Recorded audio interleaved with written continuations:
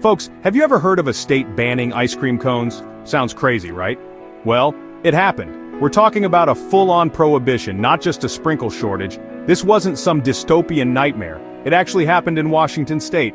Yes, the home of Starbucks once waged war on the very vessel that holds your precious scoops.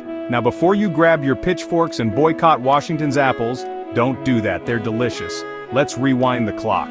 This wasn't some recent hipster-hating ordinance.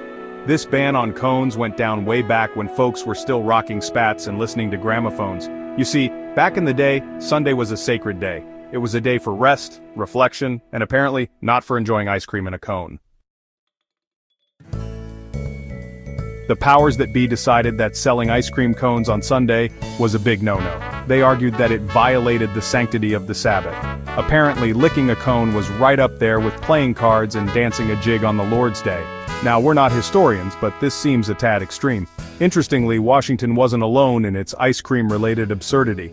Other states had their own quirky food laws. Remember the margarine mayhem? Some states banned yellow margarine because it dared to resemble butter. The dairy lobbyists were a powerful bunch back then.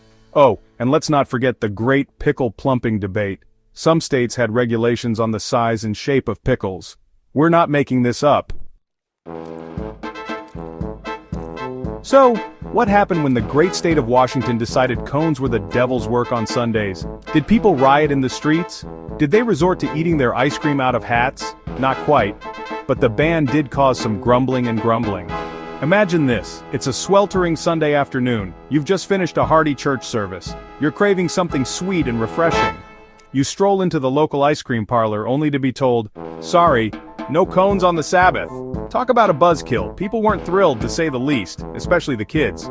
Because let's be honest, nobody wants to deal with a sticky ice cream mess on a Sunday afternoon. Thankfully, common sense and a love for all things ice cream eventually prevailed. The ban on Sunday cone sales was lifted, people rejoiced, cones were enjoyed, and the world continued to spin on its axis. The great ice cream cone crisis of Washington state faded into the annals of history.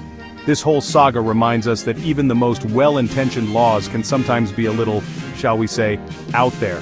From bans on margarine to restrictions on pickles, history is full of examples of food laws that make us scratch our heads.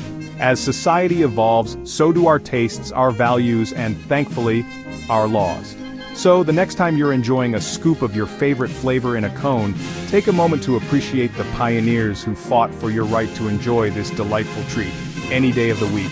Because freedom of cone is something worth savoring.